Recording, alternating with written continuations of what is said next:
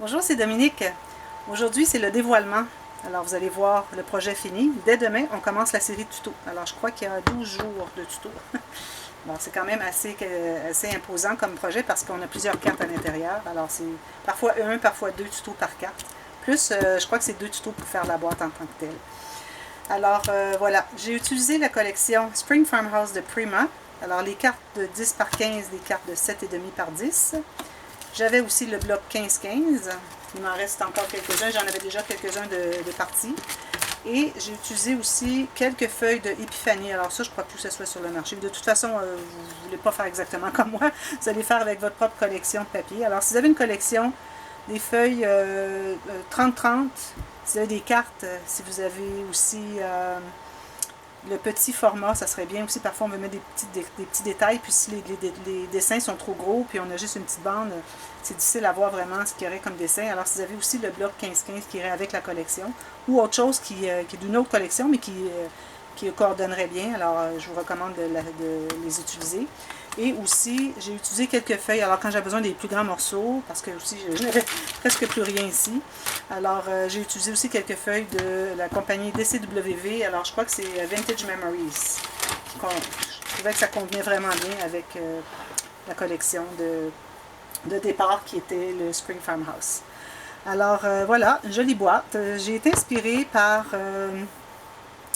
Scrap Queen qui avait fait la boîte, la Traviata, avec des cartes. Mais elle, ces cartes, alors moi les cartes, elles sont debout, en format rectangulaire, debout comme ceci dans la boîte. Elles étaient comme ceci dans la boîte, on voyait juste le dessus des cartes. Puis elles n'étaient pas décorées sur le dessus. Moi, à sa place, j'aurais mis une petite bordure de quelque chose de papier design pour que ça fasse joli quand on regarde dans la boîte. Mais bon. Et elle avait mis des pattes aussi. Alors ça, j'ai utilisé les pattes ici. Alors elles sont vissées dans le carton. Alors c'est vraiment du solide, ça part pas de là. Alors, la boîte, c'est vraiment pas complexe, vous allez voir, c'est très facile. Un morceau qui est coupé en diagonale, l'autre la même chose. Et puis ensuite, on a un morceau derrière qui fait le haut, ici, le bas. Et puis, même chose ici, le haut et le bas total. Alors, c'est vraiment facile, plus les deux carrés du fond.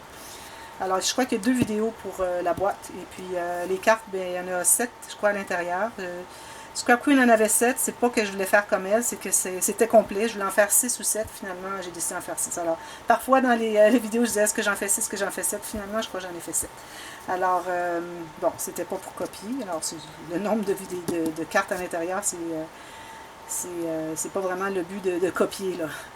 Alors, voilà. Ici, j'ai utilisé une carte. J'ai mis un morceau de gaz derrière, quelques bouquets, des petits die cuts qui m'ont été offerts par...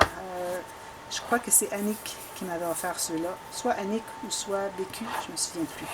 Parce que j'en avais reçu de 2 personnes. Mais ceux-là, je crois que c'est Annick dernièrement qui me les avait envoyés. Et puis, voilà, ici aussi. J'ai utilisé des brillants ici. Ici, différents formats. Question de faire différents. Et les petits poignets. Alors, j'avais les poignets que j'avais fait tout le projet, mais j'avais pas fait les poignées. J'avais pas mis les poignées. J'attendais d'aller les acheter au magasin. Alors voilà, c'est fait. Elles sont posées. Je trouvais que ça ajoutait bien parce que ça faisait un peu vide ici. Alors j'avais mis ce petit détail déco ici. Mais encore ici, je trouvais que c'était vide. J'aurais pu ajouter quelque chose ici, mais je trouvais que ça aurait fait trop plein avec tout le reste. Alors juste les poignées, c'était parfait. Alors ici, j'utilise un petit loquet à pivot comme ceci. Comme j'avais utilisé pour l'album Les pages empilées. Alors on ouvre comme ceci, tout simplement. Encore ici à l'intérieur, petit bouquet, avec des fleurs qui viennent avec qui sont coordonnées avec la collection de papier Spring Farmhouse. Alors j'avais acheté le paquet de fleurs, j'en ai mis quelques-unes et j'ai ajouté d'autres. Et puis aussi des petites choses que j'avais dans mes réserves. Ici j'ai mis la petite carte parce que je la trouvais bien jolie. Alors, on peut mettre un petit mot ici. Alors voilà, on a 7 cartes ici. Alors je vais sortir une par une. Alors, vous allez voir, c'est très intéressant, très facile à réaliser. C'est comme des pages interactives. Alors, j'ai utilisé la technique de la page avec la carte qui entre sur le côté. Alors, j'en ai profité pour faire une carte qui entre sur le côté. Alors, j'ai tout simplement fait la base de la page et j'ai ajouté un petit gousset, ce qui permet à la carte d'entrer facilement. Alors, vous voyez l'espace qui est ici, c'est le gousset pour entrer la carte. Et puis, j'ai fait un petit rabat de pluie, question de mettre une petite garniture.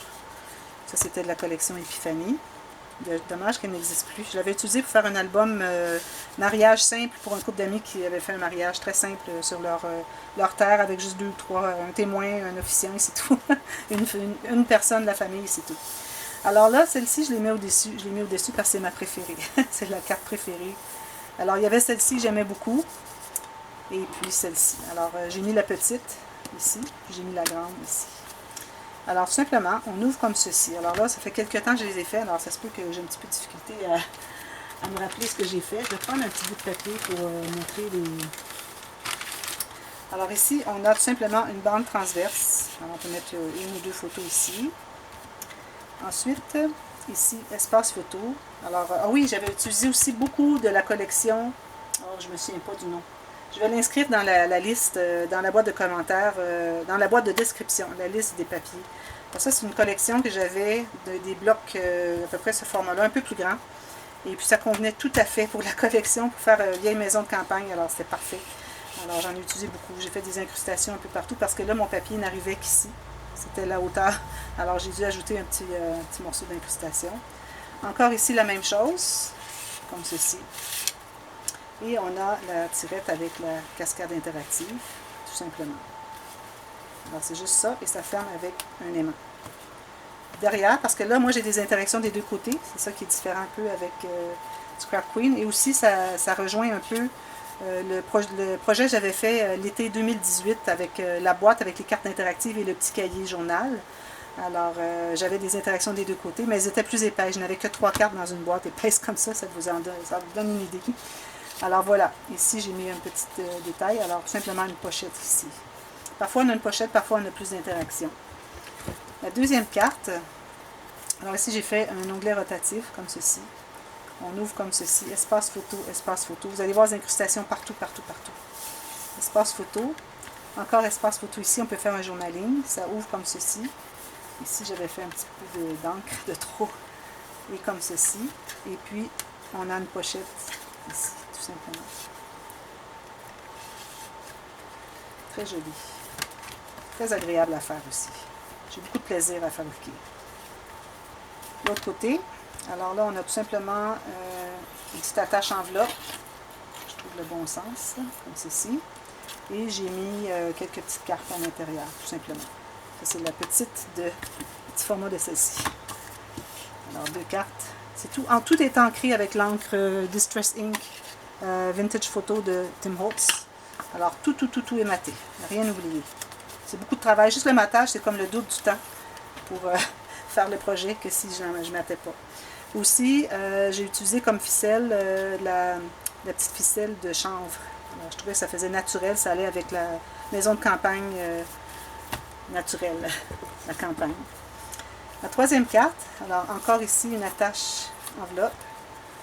Ici, on peut faire un journaling avec un crayon gel. Moi, j'irai avec un jaune doré, genre, parce que ça va chercher le design ici. Photo ici. Alors ici, j'ai fait une petite cascade latérale, bien jolie, avec le petit onglet, comme ceci, ceci et ceci, avec la pochette. Alors tout ça, vous allez apprendre à faire tout ça. Le tuto commence dès demain.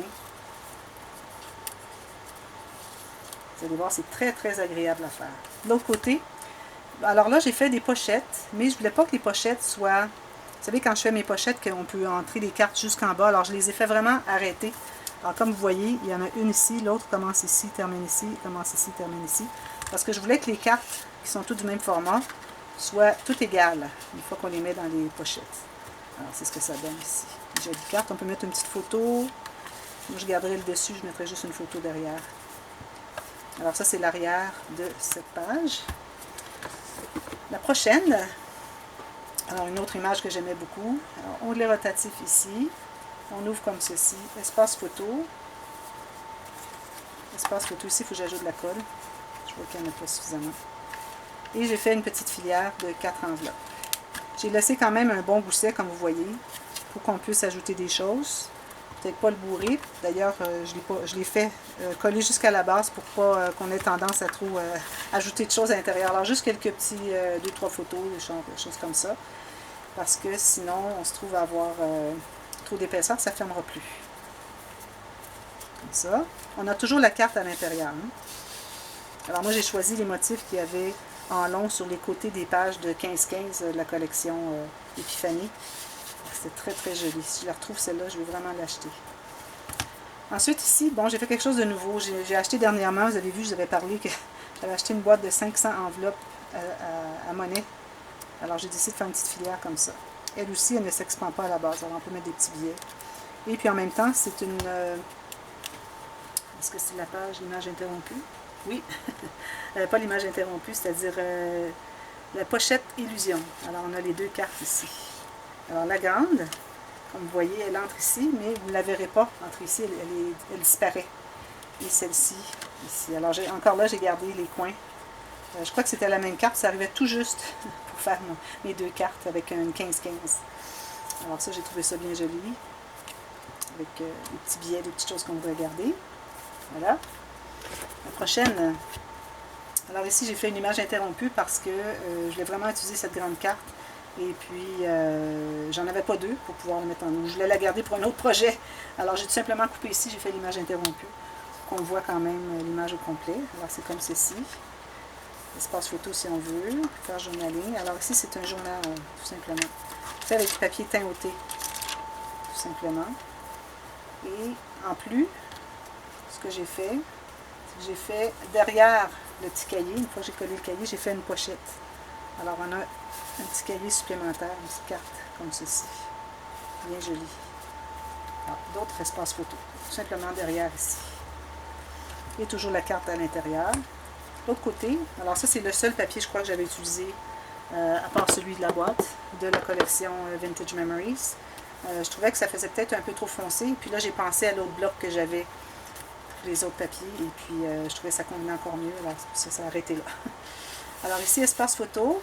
Ici, j'ai pris une des cartes, j'en ai fait une pochette en collant en U autour. Petit tag ici, alors on peut faire du journaling. Alors, tout simplement une pochette, je vous montre comment faire, c'est vraiment simple. Et ça ouvre comme ceci encore. Alors peut-être une petite photo, un petit bout de photo, un journaling ici. C'est pour ça que j'ai mis le rayé dans ce sens-là pour faire journaling. Ici aussi, on peut mettre une grande photo. Encore journaling ici pour la photo qui est ici. Et j'ai fait encore une bande transverse ici pour mettre une ou deux photos. Ça trouvait être la première carte que j'ai faite, je crois. Alors, c'est pas dans l'ordre, vous les placez dans l'ordre que vous voulez dans la boîte. Ensuite, celle-ci. Alors, on ouvre comme ceci.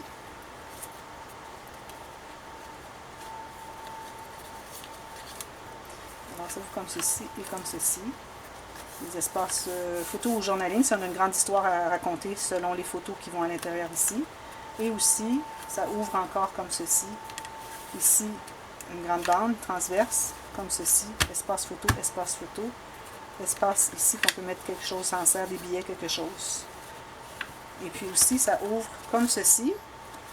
Et comme ceci. Alors finalement, c'est un accordéon de chaque côté.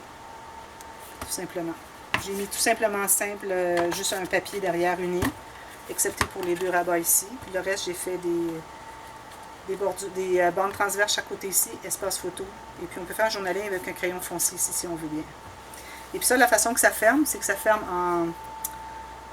en étage. Alors 1, 2, 3, 4. Alors c'est pas un accordéon qui ferme et un autre par-dessus, parce qu'on n'a pas de gousset pour. Alors ça, il n'y a pas de gousset ici. Tout simplement des plis. D'ailleurs, ça m'a inspiré pour faire un album. Vous allez voir cet automne ou cet hiver, un album sans gousset. Alors, tout l'album est fait que des accordéons ou des plis, aucun gousset. Alors, ça peut être intéressant pour ceux qui n'aiment pas travailler avec les goussets. Derrière, j'ai fait tout simplement les pochettes diagonales. J'ai mis deux cartes ici, que je trouvais bien jolies. Tout simplement. La dernière carte, j'ai fait une boîte accordéon. Alors ici, j'ai même fait un fond. Alors, elle peut être remplie au complet. Il y a de la place dans la boîte. Alors, c'est attaché avec celle-ci. C'est une ficelle rose, vieux rose. Tout simplement, accordéon. Vous pouvez la remplir au complet. Et derrière, tout simplement, deux pochettes. Je peux peut-être mettre une petite carte, mais en tout cas, vous pouvez mettre des photos. Il y a une troisième pochette ici. Trois pochettes. Toujours avec la carte à l'intérieur ici. Il y a une belle bordure ici. Toujours, toujours. Alors voilà, c'est ça mon projet. Alors, J'ai trouvé ça vraiment plaisant. Ça fait longtemps que j'y pense, celle-là. Alors, j'ai beaucoup de projets que je réfléchis longtemps. Quand j'ai une idée, il faut que je la réfléchisse longtemps avant de passer à exécution parce que souvent, c'est complexe. Puis, il faut que je pense à toute l'ingénierie derrière. Alors, vous mettez tout simplement toutes les cartes à l'intérieur. Tout simplement.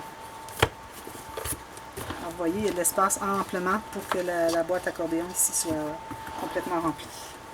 Et voilà, vous fermez comme ceci. Alors, je suis bien contente du projet. Alors, si jamais quelqu'un est intéressé à se la procurer, alors je vais mettre dans la boîte de description le prix. Quand j'ai fait les albums à vendre, je l'avais terminé, sauf qu'il me restait à mettre les poignées, alors je ne l'ai pas mis. Il était déjà fait à ce moment-là. Alors, comme je vous disais, j'avais comme 7 projets série tuto. Alors, c'en est une de celles-là. Et puis, j'espère que vous allez la suivre, parce que c'est très intéressant. Si vous ne voulez pas faire la boîte, vous pouvez acheter une petite boîte, tout simplement, et mettre les cartes à l'intérieur, et juste décorer la boîte. C'est facile. Une boîte unie, vous matez tous les côtés, et c'est tout. Mais n'achetez pas la boîte unie avec le papier fini glacé, parce que ça ne colle pas. Quand j'ai fait la boîte pour les cartes pour bébé, c'était les cubes de joyeux et puis le petit livre à l'intérieur pour bébé-fille.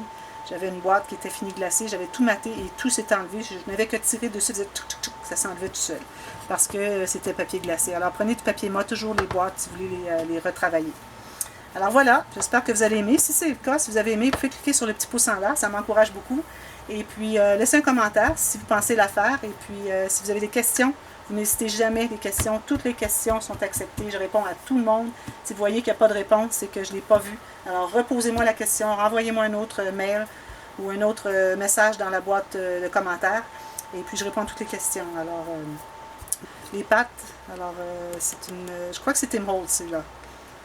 Je ne suis pas certaine si c'est Tim Holtz, mais je sais que Tim Holtz en fait et Graphique 45 en fait aussi des pattes du genre. Alors moi j'avais des petits trous ici que j'ai vissés. Ils offraient des attaches parisiennes pour mettre avec. Non, excusez, c'était avec des fils et moi j'ai mis des attaches parisiennes que j'ai entrées à l'intérieur et puis c'est tout maté à l'intérieur, ça ne bouge pas de là. Alors à moins qu'on tire vraiment fort, mais là je pense pas que personne va vouloir faire ça. Alors voilà, et puis n'oubliez pas de regarder les playlists. Alors celle-ci va avoir sa propre playlist au fur et à mesure que un nouveau tuto est publié. On l'ajoute à la playlist, alors vous pouvez voir tout ce que j'ai fait avant facilement accessible. Alors allez voir playlist sur ma chaîne et puis vous allez voir tous les projets que vous pouvez suivre facilement. Alors merci beaucoup d'avoir regardé et n'oubliez pas de partager sur les réseaux sociaux, ça aide beaucoup ma chaîne à grandir. Merci, bye bye.